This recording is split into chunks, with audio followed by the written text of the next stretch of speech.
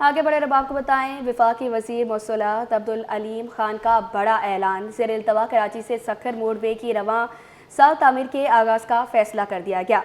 वफाकी वज़ीर मौसूलात अब्दुल अलीम खान की खसूसी इजलास में कराची से सखर तक मोटरवे की तामीर शुरू करने की हिदायत की गई है। अपडेट कर रहे हैं इस खबर से मुताल्लिक कि वफाकी वज़ीर मवासलात अब्दुल अलीम खान का बड़ा ऐलान सामने आया है। ज़ेर इल्तवा कराची से सखर मोटरवे की रवां साल तामीर के आगाज़ का फैसला कर लिया गया है, जबकि वफाकी वज़ीर मवासलात अब्दुल अलीम खान की खसूसी इजलास में कराची से सखर तक मोटरवे की तामीर शुरू करने की हिदायत भी सामने आ गई है। जी हाँ, वफाकी वज़ीर मवासलात अब्दुल अलीम खान का बड़ा ऐलान सामने आ गया है। कई साल से ज़ेर इल्तवा कराची से सखर मोटरवे की इसी साल 2025 में तामीर के आगाज़ का फैसला कर लिया गया। इसी पर मज़ीद बात करेंगे ब्यूरो चीफ अशरफ खान से, आगाह कीजिएगा। जी, देखा जाए कराची की किस्मत की बात की जाए तो कई साल से ज़ेर इल्तवा कराची से सखर मोटरवे की इसी साल 2025 में तामीर के आगाज़ का फैसला कर लिया गया है। वफाकी वज़ीर मवासलात अब्दुल अलीम खान की खुसूसी इजलास में कराची से सखर मोटरवे तक की जो तामीर शुरू करने की हिदायत कर दी है। साथ ही कहा है कि सिंध हुकूमत को भी इस मोटरवे की तामीर में शामिल होने की दावत देंगे। और वफाकी वज़ीर ने कहा है कि इस मोटरवे का आगाज़ कराची पोर्ट से होगा और इसको सखर मोटरवे से मुंसलिक किया जाएगा। और ओवरऑल जो ब्रीफिंग दी गई है, जैसे कि मैं बताऊं कि केपीटी से जो ये मोटरवे शुरू होगा तो आप जो मलीर एक्सप्रेस वे चल रहा है उससे ये कनेक्ट करेंगे और इसको ले जाते काठोर से इसको ले जाते हुए आपको सखर तक इसको मोटरवे को लेके जाएंगे। और बताया जा रहा है कि इससे तिजारती जो माल की नकल अमल है वो बहुत अहम हो जाएगी और कम वक्त में माल पूरे मुल्क में जो है वो सप्लाई हो सकेगा। और कराची सखर मोटरवे प्रोजेक्ट को पब्लिक प्राइवेट पार्टनरशिप के तौर पर शुरू किया जा सकता है। और ये भी कहा है कि इन सब से उनकी तजावीज़ दी जाएंगी और अगर पब्लिक प्राइवेट पार्टनरशिप मैसर नहीं हुई तो हुकूमत खुद इस मोटरवे का जो है खर्चा उठाएगी। और अगले 25 साल में मोटरवे हुकूमत को 3000 अरब रुपए मुनाफे के तौर पर देगी। और कहा है कि कराची सखर मोटरवे इंशाल्लाह 2025 में जल्द अज जल्द शुरू करेंगे। जी, ज़ेर इल्तवा कराची से सखर मोटरवे की रवां साल तामीर के आगाज़ का फैसला कर लिया गया है। इसी पर ब्यूरो चीफ अशरफ खान हमें अपडेट कर रहे थे। बहुत शुक्रिया आपका। खबरों का सिलसिला आगे बढ़ाएं और आपको बताएं कि मुआशरी तरक्की के लिए सबके साथ मिल बैठने को तैयार हूं। वज़ीर आज़म की बड़ी पेशकश, कामयाबियों को टीम वर्क का नतीजा करार दे दिया। पहली बार स्टॉक एक्सचेंज का दौरा करने पर खुशी का इजहार किया। वाज़ेह किया कि मईशत दोबारा से पांव पर खड़ी हो चुकी है। IMF के मुआहिदों की पासदारी करना होगी। मुआशी इस्तेहकाम को इकनॉमिक ग्रोथ में बदलना हदफ है। सरमायाकारों से मशवरे भी मांगे। कराची रोशनियों का शहर और मुआशी हब है। स्टॉक एक्सचेंज में रिवायती घंटा भी बजाया। उनका मजीद क्या कहना था, आइए आपको सुनवाते हैं। के अंदर मैक्रो लेवल पर स्टेबिलिटी आई है, लेकिन ये जो माशी इस्तेहकाम मैक्रो लेवल पे आया है, इसको अब हमने कन्वर्ट करना है इकोनॉमिक ग्रोथ में। That is our main challenge. हम एक IMF प्रोग्राम के मोड में हैं। हमें IMF की जो कमिटमेंट्स है उनको ऑनर करना है। अगर एक रियलिस्टिक एवेल्यूशन होगी, फैक्ट्स एंड फिगर्स के साथ बात करेंगे, अच्छी चीज़ को अच्छा कहेंगे, ख़राब को ठीक करने का मानेंगे, तब हम आगे बढ़ सकते हैं। आगे बढ़े अब आपको बताएं, वज़ीर आज़म शहबाज शरीफ की कराची आमद। छोटे ताजरों ने मसाइल के अंबार लगा दिए। मुलाकात के लिए ना बुलाने पर शर्जील गोपलानी नाराज़ हो गए। एहतजाज भी रिकॉर्ड करा दिया। कहा कि वज़ीर आज़म छोटे ताजरों से मिलेंगे तो हक़ाइक़ सामने रखेंगे। सबसे बड़ी बात तो ये है कि वज़ीर आज़म पाकिस्तान इस शहर में आए या कोई भी बड़ी शख्सियत इस शहर में आए, हमेशा जो है इस शहर के आवाम को तो हमेशा निकले जो है उनसे लापरवाही बरती गई है या उनसे मिलने से इज्तनाब किया गया है। ख़ास तौर पे कराची की जो माशी शहर है पूरे पाकिस्तान की, जिसको चलाती है छोटी ताजिर बरादरी, स्मॉल ट्रेडर्स जिसको कहा जाता है, SMEs जिसको कहा जाता है, स्मॉल मीडियम एंटरप्रेटर। लेकिन मसला ये है कि यहाँ एंटरप्रेन्योर तो यहाँ पे जो जिनसे मिलना चाहिए ये उनसे तो मुलाकात करते नहीं है। ये उन्हीं अशराफिया से मिलेंगे जो पिछले चंद दहाइयों से इस मुल्क की मैशियत को खा रहे हैं। 2% वही अशराफिया हैं जिन्होंने इस मुल्क की माशी जो हालत है वो अबतर की है। आप देखें ना, ये वही बड़े लोगों से मुलाकात होगी, एक फ़ोटो सेशन होगा और वज़ीर आज़म चले जाएंगे। अगर इनको इस शहर के मसाइल हल करने से कोई दिलचस्पी होती, जितने भी वज़ीर आज़म आए हैं, कोई 11 अरब का ऐलान करता है, कोई 10 अरब की बात करता है, कोई 10 रुपये की बात करता है, लेकिन देता कोई भी नहीं है कराची। वो सिर्फ कराची को लूटने के लिए आते हैं और जो बात करते हैं ये कि भाई कोई बाहर से आके लोग यहाँ लूटते थे, अरे इस शहर को तो, इस मुल्क को लूटने वाले इस मुल्क के अंदर ही लोग बैठे हुए हैं।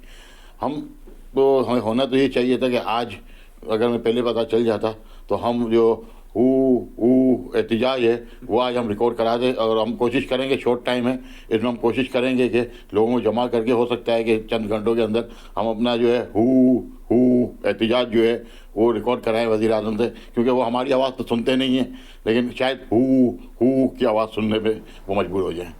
कोरंगी कॉजवे से शाह फैसल तक मलिर एक्सप्रेसवे का पहला मरहला मुकम्मल कर लिया गया। 19 किलोमीटर का ट्रैक हफ्ते को आवाम के लिए खोल दिया जाएगा। कार के लिए टोल टैक्स 100 जबकि बस के लिए 200 रुपए मुकर्रर किया गया है। मलिर एक्सप्रेसवे पर पुलिस गश्त भी जारी है। वज़ीर बल्दियात सिंध सईद गनी ने दावा किया कि दोनों मंसूबे रवा साल मुकम्मल हो जाएंगे। तफसीलात जानेंगे आजिज़ जमाली की इस रिपोर्ट में। हुकूमत ने मलिर एक्सप्रेसवे का नाम तब्दील करके शहीद जुल्फकार अली भुट्टो एक्सप्रेसवे रख दिया। एक्सप्रेसवे का पहला मरहला 9 किलोमीटर जाम सादिक ब्रिज से शाह फैसल तक मुकम्मल हो गया है। हफ्ते के रोज पाकिस्तान पीपल्स पार्टी के चेयरमैन बिलावल भुट्टो जरदारी इस मेगा प्रोजेक्ट के पहले मरहले का इफ्तिताह करेंगे। वजीर बल्दियात सईद गनी कहते हैं कि रवां साल के आखिर तक एक्सप्रेसवे मोटरवे तक पहुँच जाएगा। इसी जो ब्रिज तामीर हो रहा है इसके नीचे मलिर एक्सप्रेसवे है जिसका नाम शहीद जुल्फकार अली भुट्टो एक्सप्रेसवे रखा गया है और शाहराह भुट्टो के नाम से ये पहचाना जाएगा इंशाल्लाह ताला। उसका इफ्तिताह चंद दिन बाद यानी कि 11 जनवरी को chairman Pakistan peoples party Bilawal Bhutto Zardari साहब करेंगे और इस साल के आखिर तक ये मुकम्मल हो जाएगा, M9 तक जहाँ इसको मुकम्मल होना है। वजीर बल्दियात ने कोरंगी काजवे के तामीराती काम का दौरा किया। जाम सादिक ब्रिज से कोरंगी क्रॉसिंग तक तेजी के साथ काम जारी है। सईद गनी ने बताया कि कोरंगी काजवे पर आज से गार्ड्स रखने का सिलसिला शुरू हो गया है। 611 गार्ड रखे जाएंगे और ये मंसूबा भी रवां साल अपने वक्त पर मुकम्मल होगा। कोरंगी काजवे ज़ेर तामीर है, इसमें एक नई एक्टिविटी हुई है, अभी आपके सामने अगर कैमरे दिखा सकें तो इस पर हमने वो गार्डन रखना आज से शुरू किए और मैं आपको बताऊं कि ये किस तेज़ी से इस पर काम हुआ है। जो नंबर्स मैंने लिख भी लिए थे, ये 612 ये गार्डन्स हैं जो उसके ऊपर रखे जाएंगे, जिसमें से 528 जो हैं वो बन चुके हैं इस वक्त तक और 48 ये रखेंगे। उसके बाद इनकी कारपेटिंग ऊपर करते जाएंगे, फिर इस तरह ये आगे भी जाएंगे और उस तरफ दोनों तरफ बढ़ते जाएंगे और इसकी जो तकमील की मुद्दत थी वो भी 2 साल की थी और इंशाल्लाह ताला अल्लाह ने चाहा तो इसको 2 साल के अंदर ही उससे शायद 1-8 महीना पहले इसको मुकम्मल करने में कामयाब हो जाएंगे।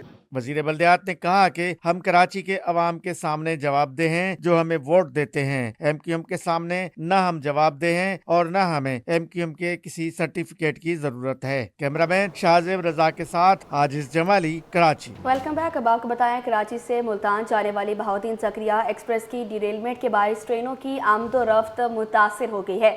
कराची से आने और जाने वाली ट्रेनें 8 से 10 घंटे ताखीर का शिकार हैं। कराची कैंट स्टेशन पर मुसाफिर भी रुल चुके हैं। मज़ीद क्या तफसीलात हैं जान लेते हैं अक्सा शाहिद से, जो कि इस वक्त कैंट स्टेशन पर मौजूद हैं। बताइएगा अक्सा, मुसाफिरों की मुश्किलात के हवाले से क्या कहना है मुसाफिरों का? जी बिल्कुल, जैसा कि शहर कराची में मौसम सरमा की आमद हुई है तो जो रेल के मुसाफिर उनको मुश्किलात का सामना इस तरह से जो कराची से रवाना होने वाली ट्रेनें हैं वो ताखिर का शिकार हैं। पहले हम देख रहे थे कि कई घंटे ताखिर का शिकार होती थी, लेकिन अब यूँ हो गया है कि सुबह वाली ट्रेन जो है वो रात में कराची से रवाना होती है और ट्रैक की ख़राबी के बायस जो है वो आए रोज़ ये देखा जा रहा है कि कराची से जो रवाना होने वाली ट्रेनें होती हैं वो आधे रास्ते में जो है वो डीरेल हो जाती हैं, चाहे वो बहाउद्दीन ज़िक्रिया हो या फिर शालीमार एक्सप्रेस हो।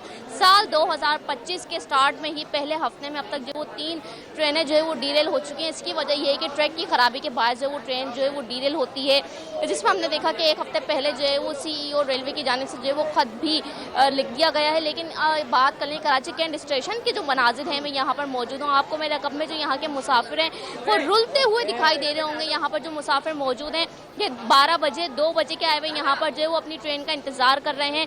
आपको मेरे रकम में नज़र आ सकता है कि ये एक ट्रेन के मुसाफिर नहीं है, ये कम से कम भी 3 से 4 ट्रेनों के मुसाफिर यहाँ पर इकट्ठे होकर जमा हुए हैं। जो परेशान है कि खुद कहाँ बैठे हैं, बच्चों को कहाँ संभालें, अंधेरा भी है यहाँ पर, अपना सामान कहाँ पे रखें और सर्द मौसम में जो है वो किस तरीके से जो है वो सर्दी से बचा जा सके। अब मुसाफिर मेरे साथ मौजूद हैं। सबसे पहले बुजुर्ग अफराद हैं, खुद आए हैं चल के। ये बताइएगा कौन सी ट्रेन थी आपकी? बाग बिजनेस। हम कितने बजे आएगी? वो अभी बोल रहा है कि 10 बजे आ रहा है, पता नहीं कि आ रहा नहीं आ रहा, वो पता नहीं कि कब आ रहा है। हम कितने लोग बजे की टाइमिंग थी आपकी ट्रेन की? 5:30 इधर आवाम 12 बजे तक इधर बैठा है। इतना आवाम देखा है इधर। एक प्याला चाय बोलो कितने है, बोलो 200 रुपये।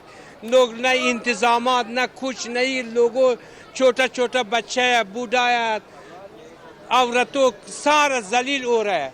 इस तरह बिल्कुल हम लोग ख्वार हो गए, न टेम मालूम है, न टिकट वापस करता है, जलील जलील इधर बैठा है, सब ख्वार है। इस तरह नहीं होता है बेटा। तुम लोग का एक इंतजामात बराबर करो। ये कुछ नहीं लग, सब लोग जमीन में बैठा है, सब लोग जमीन में बैठा है, कोई इंतजामात नहीं, कोई कुछ नहीं। अगर रेलवे इंतजामिया बर वक्त लोगों को अपडेट करे, फोन करे, मैसेज करे तो इस खुआरी से बचा जा सकता है। अब जी कोई मैसेज नहीं आया, कोई कुछ नहीं आया, कुछ नहीं, न बोला कि न मैसेज आया कि मसलन तुम लोग लेट आ जाओ। हम लोग आ गया, हम लोग कल के टिकट किया, पूछ किया, हम बोलो इस टाइम से आ रहा, बोलो बिल्कुल टाइम से आ रहा है, गाड़ी बेफिक्र हो जाओ। हम बोलो अगर टाइम से नहीं आ जाएगा हम लोग टिकट नहीं करते हैं, बोलो नहीं बिल्कुल टाइम से आ रहा गाड़ी, टाइम से नहीं, टाइम से नहीं आया। तो यहाँ पे मुसाफिर मौजूद हैं। आप ये बताइएगा आपने कहाँ पर जाना था और कितने कौन सी ट्रेन थी? गुजरात जाना था। 4 बजे फैमिली से मिलने जा रहे थे या कोई फंक्शन अटेंड करना? फंक्शन अटेंड करने जा रहे थे। कोई इंतजाम नहीं रेलवे का, ये जलील कर रहे हैं। जो शादी पे जा रहे हैं, जो खाना रास्ते में खाना तो इधर खा लिया है, उसका पैसा कौन देगा? यानी आपने जो ट्रेन का खाना लेकर आए थे लंच, वो आपने यहीं पे इधर ही खा लिया है। अब क्या करें? 2 बजे से आए हैं, दोपहर 2 बजे से आए हैं और बच्चे हमारे रो रहे हैं बेचारे। सब खाना खत्म हो गया है, पानी भी खत्म हो गया है। अब रेलवे से यहाँ इतना महंगा खाना ये लोग दे रहे हैं, वो खाना हम लोग खाने लेके जबरदस्ती। अभी कोई पता भी नहीं है कितने बजे ट्रेन आएगी, कितने बजे जाएगी, ये भी नहीं बता रहे दुनिया। आप लोग ये बताएं, किसी से यहाँ पे रेलवे के अमले से वक्त पूछ रहे हैं तो वो क्या बता रहे हैं? कोई टाइम बताया नहीं, कभी 6 बजे बता रहे, कभी 8 बजे, कभी 10 बजे, यही टाइम बता रहे हैं। बिल्कुल, यहाँ पे मुसाफिर जो मौजूद है इनका ये कहना है कि जो यहाँ पर वक्त बताया जा रहा है वो मुकर्रर नहीं है, वक्त जो है वो तब्दील होता जा रहा है। इस वक्त जो पाकिस्तान एक्सप्रेस की टाइमिंग थी वो 7:30 बजे शेड्यूल में बताई गई थी, उसके बावजूद अब जो है वो पाकिस्तान एक्सप्रेस 8 बजे जो है वो कर दी गई है। जो मुसाफिर यहाँ पर बैठे हुए हैं वो मुस्तकिल तौर पर जो है वो रुल रहे हैं और आप देख सकते हैं किस कदर आग बगोला यहाँ के मुसाफिर हैं। ये बताओ कहाँ पर जा रहे थे और कितने का तुम्हारा टिकट हुआ था? हम लोग कराची से गुजरात जा रहे थे, सुबह 11 बजे से आगे स्टेशन पे बैठे हुए हैं, मगर कोई इंतज़ाम नहीं है रेलवे का। ये भाई सारे परेशान हैं, यहाँ पर छोटे छोटे बच्चे हैं, इतना गंद है, मछलियों का बदबू इतनी है, स्मेल इतनी है और कोई इंतज़ाम नहीं है। कैंटीन वालों के पास चले जाओ, वो अजीब अपनी हरकतों में लगे हुए हैं, मगर वो कोई यानी कोई इंतज़ाम समझ नहीं आ रहा। सुबह 11 बजे से आगे बैठे हुए जलील हो गए और रात का टाइम देख लें आप 7 बज रहे हैं। अच्छा, आप लोग ऐसा क्यों नहीं करते कि वापस घर चले जाए फिर दोबारा आ जाए? वापसी घर जाके वापसी आना, फिर यहाँ का इंतजाम का नहीं पता किस टाइम। हम शाम में आए, पता करी, हमें कहा 7 बजे ट्रेन जाएगी, अब बोलने 8:45 बजे ट्रेन जाएगी। यकीनी तौर पे ये बड़ा मसला है यहाँ के मुसाफिरों के साथ कि जब वो यहाँ पर आते हैं तो वो अपना गेट टिकट जो है वो अपना पास देते हैं। अगर वो यहाँ से अपना सामान लेके बाहर जाएंगे तो वो दोबारा उनको आने के लिए जो है वो अपना पास देना पड़ेगा। ये एक यहाँ पे मुसाफिरों के मुश्किलात है। एक और शहरी हमारे साथ मौजूद है। अस्सलाम वालेकुम। वालेकुम अस्सलाम। क्या सर, इतने ठंड में खड़े हुए कहीं बैठ जाएं? बस जगह ही नहीं है बैठने की। किसके साथ आए? किसके साथ आए? फैमिली है। कहाँ जा रहे हैं? पिंडी। ऐसे ही जा रही है, वेकेशन मनाने जा रहे हैं? नहीं, वेकेशन मनाने आए थे कराची यहाँ। हाँ। कैसा लगा कराची का सिस्टम? पहले तो ये बताएं कराची कैसा लगा? कराची का मौसम तो ठीक था, कोई इतना ज़्यादा खराब नहीं था, लेकिन ये रेलवे का मौसम जो है ये बहुत ख़राब था। यानी जाते जाते आप अच्छी याद नहीं लेके जा रहे रेलवे की? नहीं, कोई वो अच्छी यादें नहीं है। कौन सी ट्रेन में जाना था? पाकिस्तान एक्सप्रेस। क्या टाइमिंग था आपकी ट्रेन? 2 बजे का। कितने का टिकट था? फिर 7,100 का एक आदमी का। क्या आपको लगता है इतना महंगा टिकट है उसकी अच्छी सहूलियात है? सहूलियात उसकी आदि भी नहीं है। यहाँ पर खवातीन भी बैठी हुई हैं, इनसे भी बात कर लेते हैं। ये आंटी ये बता दें, काफ़ी देर से बैठी हुई हैं, क्या बोर हो गई हैं? लेकिन खवातीन तो गपशप कर लेती हैं आपस में। बस मैं अपनी बेटियों से कर रही हूँ गपशप। 1 बजे की आई हुई हूँ और इतने घंटे हो गए हैं बैठे हुए हम लोग। बहुत मुश्किल उठानी पड़ी। अच्छा, ये बैठ नहीं, बच्चा नहीं है, बस मेरी 2 बेटियां हैं, हस्बैंड है मेरे। आप लोग को परेशानी हो रही है? काफ़ी परेशानी हुई है। हम 2 बजे से आए हुए थे और उसके बाद फिर हम लोगों को इन लोगों ने बताया, पहले इन्फॉर्म नहीं किया, बाद में इन्होंने बताया कि अभी काफ़ी लेट है। फिर हम लोग अभी दोबारा आए हैं तो अभी भी हमें यही पता चल रहा है कि ट्रेन काफ़ी लेट है। तो अच्छा ये बताओ कि रेलवे का हेल्पलाइन नंबर दिया गया था, उस पर कॉल की थी? हेल्पलाइन नंबर पे कॉल की थी। हेल्पलाइन नंबर पे कोई पहले तो रिसीव नहीं कर रहा था। जब रिसीव कर रहे हैं तो वो हमारी बात सुने बगैर ही बस ये बता रहे हैं कि ट्रेन जाएगी इतने बजे, आने का बता ही नहीं रहे कि आई है या नहीं आई है, कोई अपडेट नहीं कर रहे। मुकम्मल अपडेट नहीं कर रहा? हाँ जी बिल्कुल, कोई इनकी प्रॉपर अपडेट नहीं है। तौर पे जो है वो जो हेल्पलाइन नंबर दिया गया है, वैसे तो उस पर मुसाफिर जो है वो कॉल करके जो है अपने शेड्यूल के मुताबिक जो है वो अपनी ट्रेन की मालूमात ले सकते हैं, लेकिन यहाँ पर जो मुसाफिर हैं वो शदीद गुस्से में हैं। उनका ये कहना है कि जब यहाँ पर बैठे हुए हैं, जो सफ़र का खाना लेकर आए थे वो हमने यहाँ पर इंतजार में खा लिया है और अब यहाँ से खरीदने जा रहे हैं तो मुसाफिरों को शदीद मुश्किलात का सामना करना पड़ा है। हमारी नुमाइंदा अक्सा शाहिद हमारे साथ मौजूद थी कैंट स्टेशन से। बहुत शुक्रिया अक्सा, आपने हमें तफसीलन अपडेट किया। आगे बढ़े और आपको बताएं कि कराची के दर्जनों मुकामात पर पीक आवर्स के दौरान ट्रैफिक जैम रहना मामूल बन गया है। राशिद मिन्हास रोड पर सुपर स्टोर के बायस ट्रैफिक सुस्त रवि का शिकार है। शारे फैसल की जानिब एयरपोर्ट और मॉडल कॉलोनी की जानिब भी बेहंगम ट्रैफिक देखने में आती है। गुलशन इकबाल, राशिद मिन्हास जानिब सोहराब गोड ट्रैफिक का शदीद दबाव देखा जा रहा है। इसी पर मजीद बात करेंगे मुबश्शिर हुसैन से, आगाह कीजिएगा। जी बिल्कुल, अक्सर और बेशतर ये जो है वो पीक आवर्स का वक्त होता है जिसके बायस जो है वो ट्रैफिक सुस्त रवि का शिकार होती है। आज जो है वो बताया जाता है कि राशिद मिन्हास रोड पर इम्तियाज़ सुपर स्टोर पर ख़रीदारी के लिए आने वाली जो आवाम है, उनकी जो व्हीकल्स हैं, ट्रैफिक है, उसका भी शदीद दबाव। इसी तरह गिरदो नवा इलाकों में जो है वो कहीं जो है वो तरक्याती जो है वो रोड कटिंग का भी जो सिलसिला जारी है, इस वजह से भी जो है वो बेहंगम ट्रैफिक कराची के दर्जनों मकामात पर जो है वो नज़र आती है। मैं इस टाइम जो है वो शारा फैसल के मकाम पर मौजूद हूँ, जहाँ शारा फैसल जानिब एयरपोर्ट और साथ ही जो है मॉडल कॉलोनी पर ट्रैफिक का जो है वो शदीद दबाव है। अगर मैं उन इलाकों की बात करूँ, I Chandigarh road, Khaliquzzaman road, उसके साथ जो है वो Korangi industrial area, Singer Chowrangi, Bilal Chowrangi, इन मकामात पर भी जो है वो ट्रैफिक जाम है। इसी तरह बात की जाए डिस्ट्रिक्ट सेंट्रल की, नाज़माबाद जानिब इंटरमीडिएट बोर्ड और उसके साथ जो है वो दीगर अंदरूनी गलियां जो है वो उनका ट्रैफिक चूँकि जाम है, जो ट्रैफिक पुलिस एहलकार इन इलाकों में मौजूद है उनकी जानिब से अंदरूनी गलियों की और गिरदो नवाह की जानिब जो है वो ट्रैफिक को मोड़ा जा रहा है। हस्ब मामूल जो है वो शहरियों की भी यही शिकायत होती हैं कि ये पीक आवर्स के दौरानिए में जो है वो ट्रैफिक का शदीद दबाव रहता है, जिससे वो शहरी जो है वो अजियत से दो चार होते हैं। और उनका ये भी कहना है कि कोई हिकमत अमली बनाई जाए जिससे इस परेशानी से जो है वो हमें खात्मा हो। जी अच्छा मुबश्शिर, वार्डन्स के हवाले से बताइएगा कि जिन शाहराहों पर ट्रैफिक का ज़्यादा दबाव देखा जा रहा है, क्या वहाँ पर वार्डन्स मौजूद हैं ड्यूटी पर? जी, इस टाइम जो सबसे ज़्यादा ट्रैफिक है जिस मकाम पर मैं मौजूद हूँ, ये मशहूर और मारूफ चौराहे है। एक जानिब जो है वो मॉडल कॉलोनी से अगर शारा फैसल की जानिब आएँ, FTC की तरफ, दोनों एतराफ़ की जो सड़कें हैं वहाँ पर भी ट्रैफिक का शदीद दबाव है, बेहंगम ट्रैफिक है। इसी तरह बात की जाए अगर शारा फैसल जानिब सदर की, आइए चंडीगढ़ रोड की, रीगल चौक की, वहाँ भी जो है वो ट्रैफिक जाम है।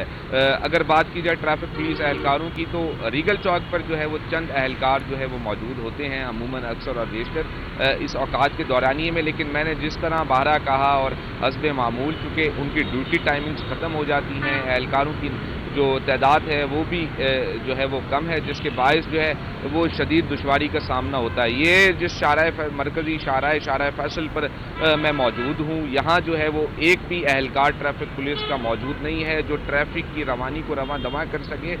इसके बायस जो है वो ट्रैफिक अजियत से दो चार हैं। हमने जो शहरियों से बात की, उनका भी यही कहना है कि अच्छा मुबश्शिर, जैसा कि आपने कहा कि जिस शहरा पर आप मौजूद हैं यहाँ पर एक भी वार्डन आपको दिखाई नहीं दे रहा, तो इसकी क्या वजह है? आपने जानने की कोशिश की, आपकी बात हुई किसी से? क्या ये जो ड्यूटी रिप्लेसमेंट है, जो शिफ्ट चेंज हुई है, इस वजह से अभी तक वार्डन अपनी ड्यूटी पर मौजूद नहीं है? बिल्कुल अक्सर और बेशतर जिस तरह जो है वो देखने में आता है, हमारी जो ट्रैफिक पुलिस जो ज़राए हैं, जो हुकाम हैं, उनसे बात होती है, उनका कहना होता है कि ये जो पीक आवर्स का वक्त है, इस दौरान जो है वो ट्रैफिक पुलिस एहलकारों की जो है वो छुट्टी हो जाती है, वो अपने घरों को जो है वो लौट जाते हैं। अगर बात की जाए ट्रैफिक किस मकामात पर सबसे ज़्यादा होती है, तो ये जो बात सामने आती है कि मराकज़ जो हैं कारोबारी, सदर का मकाम हो, शारा फैसल हो, कमर्शियल एरियाज़ हों, वहाँ जो है वो भयंगम ट्रैफिक होती है। ट्रैफिक पुलिस एहलकार की नफरी कम है, जिसके बाइस जो है वो मौजूद नहीं होते मुख्तलिफ शाराओं पर। इस शाराए पर, इस मकाम पर भी वो मौजूद नहीं है, चूँकि उनका जो दफ्तरी औकात हैं वो ख़त्म हो गए हैं, वो अपने घरों को लौट गए हैं। जी, बहुत शुक्रिया आपका। आगे बढ़े और आपको बताएं, बढ़ती हुई धुंध और ट्रेन डिरेल होने के बाद शाम तो रफ्त मुतासिर हो गई है। रेलवे इंतजामिया ने ट्रेनों में ताखीर पर हेल्पलाइन नंबर भी जारी कर दिया। मुसाफिर ट्रेन शेड्यूल 117 के अलावा 032-135-632-105 पर भी राब्ता कर सकते हैं। शहरियों की जानिब से रेलवे की हेल्पलाइन को मुस्तरद कर दिया गया है। कहते हैं कि रेलवे इंतजामिया नंबर जारी करने के बजाय मोबाइल पर पैगाम भिजवाएं। अक्सर शाहिद की ये रिपोर्ट। कराची कैंट स्टेशन पर रेलवे ने मुसाफिरों के लिए किया एक ऐसा इकदाम, वो ये है कि ट्रेनों की ताखीर का मामला हम देखते हैं कि थम नहीं सका, तो लिहाजा 117 के अलावा रेलवे इंतजामिया ने एक और नंबर जो है वो अपने हेल्पलाइन पर दर्ज करा दिया है, ताकि मुसाफिर कॉल करके जो है मालूम कर सकते हैं कि उनकी ट्रेन की मुकर्रर वक्त जो है वो क्या है। यहाँ पर काउंटर पर जो है वो आप मेरा कम देख सकते हैं कि मुसाफिर वैसे भी पूछ रहे हो, कॉल करके हेल्पलाइन पर भी पूछ रहे हैं। इंक्वायरी ऑफिस रेलवे इंतजामिया ने कायम किए, तो आइए चलते हैं कि कैसा काम कर रहे हैं और देखते हैं। मैडम, सुबह से हम लोग तकरीबन 150 से 200 कॉल अटेंड कर चुके हैं। बाकी ये है कि जो भी आते हैं हम उनको उस तरह गाइड करते हैं कि जो गाड़ी आ रही है वही गाड़ी जाएगी। मतलब ये है कि हमारी जानिब से कोशिश होती है कि हम अपनी आवाम को बेहतर से बेहतर बना सकें और बता सकें उनको कि ये बताइएगा कि अब तक सुबह से आपके पास कितने फोन आ चुके हैं, और जब आप गैर हाजिर होते हैं फोन पे तो कौन आता है? नहीं मैडम, हमारी जो है शिफ्ट होती है इसके पर। मेरी सुबह 7 से 3 बजे तक टाइमिंग है। 3 बजे के बाद दूसरी शिफ्ट आती है हमारी, वो कॉल अटेंड करती है। अभी फिलहाल मैं अटेंड कर रहा हूँ, तो 3 बजे हमारी दूसरी शिफ्ट आएगी, वो अटेंड करेगी हमारी। आज सारी ट्रेनें लेट है? जी मैडम। ये बताइएगा कि जो नंबर है ये ऐसा होता है कि बिजी जा रहा हो या खराब हो जाए? नहीं बिजी नहीं जाता। मतलब ये है कि कॉल्स के ऊपर कॉल्स होती हैं तो बिजी जाता है, अदरवाइज जो है वैसे नहीं होता। और ये कितने वक्त के लिए लगाया गया है? ये सर हमेशा के लिए। रेलवे का जो नंबर दर्ज है वो जरा आप मुसाफिरों को बता सकते हैं? जी आप लिख लें मेरा नंबर। ये इंक्वायरी का नंबर है हमारी 021-3563-2105। ये रेलवे इंक्वायरी का। तो बेहतर करना है, ये करना है कि मुसाफिरों को कम से कम ये बता दें कि कितने घंटे ये ट्रेन लेट है, ताकि उसी हिसाब से बंदा इधर आए। फोन करने क्या है, अभी तो सहूलत नहीं है तो चाहिए, तो अच्छी बात है। हमारे रेलवे ने अपने सिस्टम को अपग्रेड करते हुए हेल्पलाइन का नंबर दर्ज करवा दिया है, लेकिन मुसाफिरों का ये शिकवा है कि अब तक वो इस नंबर से अवेयर नहीं है। लिहाजा रेलवे इंतजामिया को चाहिए कि मुसाफिरों को एक मैसेज के तौर पे नए नंबर के बारे में इत्तला किया जाए, ताकि वो अपनी ट्रेन की रवानगी का मुकर्रर वक्त जो है वो मालूम कर सकें। कैमरामैन नवीद के साथ अक्सर शाहिद टी। वज़ीर-ए-आज़म मियां मोहम्मद शहबाज शरीफ की सिंध के सीनियर वज़ीर शर्जील इनाम मेमन के घर आमद हुई है। शर्जील मेमन साहिबजादे रावल शर्जील ने वज़ीर-ए-आज़म शहबाज शरीफ का इस्तकबाल किया। वज़ीर-ए-आज़म शहबाज शरीफ ने सीनियर वज़ीर शर्जील इनाम मेमन को पोते की मुबारकबाद दी है। इसी पर मज़ीद तफसीलात जानेंगे आजिज़ जमाली से। जी आजिज़, बताइएगा। जी हाँ, आज चूँकि वज़ीर-ए-आज़म कराची के दौरे पर हैं, तो आज उन्होंने सिंध के सीनियर वज़ीर शर्जील इनाम मेमन की घर आमद हुई है, और उन्होंने दावत दी थी शर्जील मेमन ने खुसूसी तौर पे वज़ीर-ए-आज़म को। इस मौके पे गवर्नर सिंध, वज़ीर आला सिंध के अलावा वफाकी वज़रा भी मौजूद थे। पीपल्स पार्टी के अहम रहनुमा खुर्शीद शाह, निसार खोड़ो और दीगर भी रहनुमा मौजूद थे। इस मौके पे वज़ीर-ए-आज़म मियां शहबाज शरीफ ने शर्जील इनाम मेमन को पोते की मुबारकबाद दी है, और बड़ी अहम गुफ्तगू हुई है। इस मौके पे सियासी गुफ्तगू हुई है, सियासी मामला पे बात भी हुई है, और शर्जील इनाम मेमन ने तोहफे तहफ़ पेश किए वज़ीर-ए-आज़म और उनके साथ आने वाली पूरी टीम को। सिंधी लुंगी, अजरकें और टोपियाँ पहनाई गई हैं, जिससे वज़ीर-ए-आज़म शहबाज शरीफ ने शर्जील इनाम मेमन को शुक्रिया अदा किया। जी अच्छा आजिज़, इस हवाले से भी बताइएगा, इस मुलाकात के दौरान कोई सियासी गुफ्तगू भी की गई है क्या दोनों जानिब से? अब बुनियादी तौर पे ये कोई सियासी मुलाकात नहीं थी। खाने की दावत दी थी शर्जील मेमन ने वज़ीर आज़म पाकिस्तान मियां शहबाज शरीफ को, जो उन्होंने कबूल की थी, और वो अपने पूरी टीम के हमरा उनके घर पे पहुंचे थे। दूसरी जानिब पाकिस्तान पीपुल्स पार्टी के भी तमाम अहम रहनुमा जो थे वो इस मौके पर मौजूद थे, वज़ीर आला से मौजूद थे। तो यकीनन सियासी रहनुमा थे, सियासी गुफ्तगू ज़रूर हुई है, मुल्की हालात पर भी बात हुई है, वज़ीर आज़म के दौरे पर भी बात हुई है, मुख्तलिफ तरक्याती स्कीमों पर भी बात हुई होगी। लेकिन ये दौरा कोई सियासी नहीं था, ये बिल्कुल ज़ाती नौयत का था। और वज़ीर मेमन की तरफ से वज़ीर आज़म पाकिस्तान को ज़ाती नौयत की दावत दी थी, तो उन्होंने कबूल की और वो उनके घर पे आए थे। अच्छा, ज़ोहराने का एहतमाम किया गया था आज क्या वज़ीर आज़म के लिए? शर्जील मेमन की जानिब से इस मौके पे ज़ोहराने का एहतमाम किया गया था और खाना बिल्कुल उनकी तरफ से था। वैसे तो वज़ीर आज़म को और भी बहुत सारी दावतें थी, लेकिन यहाँ खुसूसी तौर पे वज़ीर आज़म शहबाज शरीफ ने अपनी पूरी टीम के साथ शिरकत की है। जी ठीक है, हमारे नुमाइंदे आजिज़ जमाली हमें अपडेट कर रहे थे। बहुत शुक्रिया आजिज़ साहब का। वज़ीर आज़म शहबाज शरीफ की सिंध के सीनियर वज़ीर शर्जील इनाम मेमन के घर आमद हुई है। शर्जील मेमन के साहिबजादे रावल शर्जील ने वज़ीर आज़म शहबाज शरीफ का इस्तकबाल किया। वज़ीर आज़म मियां मोहम्मद शहबाज शरीफ ने सीनियर वज़ीर शर्जील इनाम मेमन को पोते की मुबारकबाद दी है।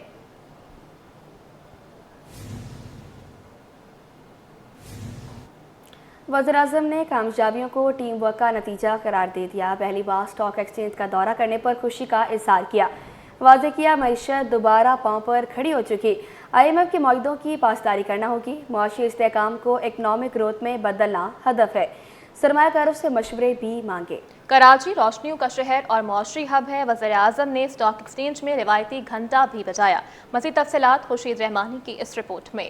वज़ीर आज़म पाकिस्तान का एक रोज़ा दौरा कराची फैसल बेस पहुँचने पर गवर्नर सिंध और वज़ीर आला सिंध ने इस्तकबाल किया। शहबाज शरीफ फैसल बेस से पाकिस्तान स्टॉक एक्सचेंज पहुँचे, जहाँ इन्हें स्टॉक मार्केट के CEO फर्रुख सब्जवारी ने ब्रीफ किया। That have been gifted to us by a stable macro environment very quickly reflect on this very brilliant partnership that you have going at the PSX. वज़ीर आज़म ने stock exchange की तकरीब से भी खिताब किया। बोले, पहली बार स्टॉक एक्सचेंज का दौरा करने पर खुशी हुई। स्टॉक एक्सचेंज की बेहतरीन कारकर्दगी दिखाने पर आप सबको मुबारकबाद पेश करता हूँ। मैं सिर्फ ये आपको कहने आया हूँ कि एक तो आपको मुबारकबाद देने आया हूँ कि आपकी एफर्ट से मुल्क के अंदर मैक्रो लेवल पर स्टेबिलिटी आई है, जिसकी तफसील पर आप ख़ुद जानते हैं और फाइनेंस मिनिस्टर ने और DPM ने आपको दोबारा बहुत अच्छे अंदाज में बताया है। लेकिन ये जो माशी इस्तेहकाम मैक्रो लेवल पे आया है, इसको अब हमने कन्वर्ट करना है इकोनॉमिक ग्रोथ में। वो है असल में हमारा target. That is our main challenge. नायब वज़ीर आज़म व वज़ीर ख़ारजा इसहाक़ डार ने कहा कि हमने मिलकर 9 साल पहले एक पौधा लगाया था जो आज एक तनावर दरख्त बन चुका है। PDM हुकूमत ने पाकिस्तान को दिवालिया होने से बचाया। वज़ीर आज़म की क़यादत में हुकूमत भरपूर मेहनत कर रही है। बहुत मुझे खुशी हो रही है कि 9 साल पहले जो एक हमने मिल के एफर्ट करके एक मर्जर का पौधा लगाया था, आज वो एक तनावर दरख्त बन चुका है। I hope you still recall. मुझे उम्मीद है कि आपको याद होगा कि करीबन 25 साल में जो काम नहीं हो सका वो 11 जनवरी 2016 को हमने अल्हम्दुलिल्लाह मिल के किया। वफाकी वज़ीर ख़जाना मोहम्मद औरंगज़ेब ने कहा, हमारी माशी सिमत दुरुस्त और सफ़र तवील है। पायदार तरक्की के लिए इदारों में इस्लाहात नागुज़ीर हैं। बात इतनी सी है जी कि अगर हमने इस मुल्क को इंशाल्लाह आगे से लेके जाना है और सस्टेनेबल ग्रोथ की तरफ लेके जाना है, the stock exchange has to play a very very important role. Because जो as a former banker I am saying कि इस मुल्क की जो डिपेंडेंस है on the banking industry is huge. Pakistan stock exchange के CEO फर्रुख सब्जवारी ने कहा कि हुकूमती पॉलिसी की वजह से स्टॉक एक्सचेंज की तरक्की मुमकिन हुई। इसहाक़ डार साहब was the vision behind it, and he was the one who sowed the seed of this partnership. Just last month, we've also signed MOUs with all the 3 exchanges in China. वज़ीर-ए-आज़म पाकिस्तान ने कहा कि सरमायाकार पाकिस्तान की तरक्की में कलीदी किरदार अदा कर रहे हैं। बैरूनी सरमायाकार पाकिस्तान में सनत लगाने के लिए तैयार हैं। मईशत की बेहतरी में निजी शोबे को अपना किरदार अदा करना होगा। खुर्शीद रहमानी, सिटी 21। वफाकी टैक्स मुहतसिब पर अवाम का एतमाद बढ़ने लगा है। मुशीर वफाकी टैक्स मुहतसिब फैज़ इलाही मेमन कहते हैं कि गुज़श्ता बरस 13,000 से ज़ायद शिकायत मौसूल हुई हैं। 96% को हल कर लिया गया है। निजी मेडिकल कॉलेज भी वफाकी टैक्स मुहतसिब के रडार पर है। फीस स्ट्रक्चर में भी बेसाबियों की मद में 25 कॉलेजेस के खिलाफ अस्कुत नोटिस लिया गया है। इसी पर मज़ीद तफसीलात जाने के वसीम इफ्तिखार की इस रिपोर्ट। साल 2024 में विफाकी टैक्स मुतसिब को शहरी मसीहा समझते रहे।